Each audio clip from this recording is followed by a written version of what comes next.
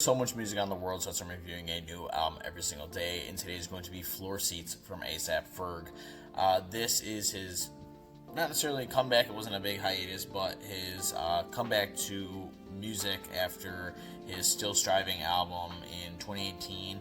And in my opinion, I think that it's kind of a shame that Ferg hasn't blown up, not because this project is like phenomenal or anything, but because I think that he can be a really good rapper when he needs to be, and some of his features are absolutely crazy that he's laid out over the years.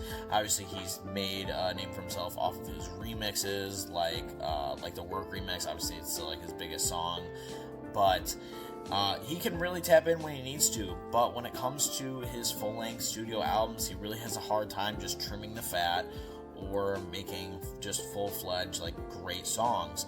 With songs on here like Ride or Hummer Limo or the title track Floor Seats or Butt Naked, these tracks are just not good and are the epitome of either boring or just a bad idea. Like the chorus on Floor Seats, it's absolutely horrible. Ride and Hummer Limo, in my opinion, are just boring.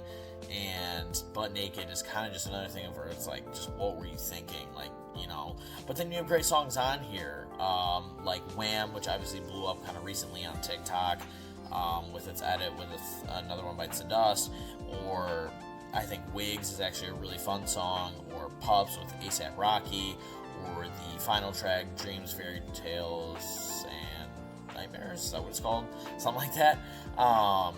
With Brent Faiyaz. Like, you have some great songs on here and some all-time greats from Ferg, but when it just comes to his full-length albums, he just has a really hard time tapping in and creating a great final product.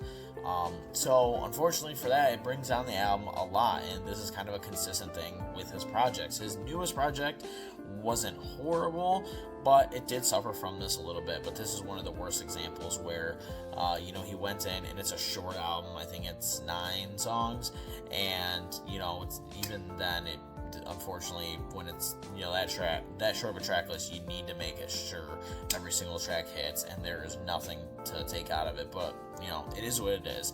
I'd probably rate my personal enjoyment for this project at about a 42%. If you have a album that you think I should read in the future, let me know. Always, I will see you in the next one.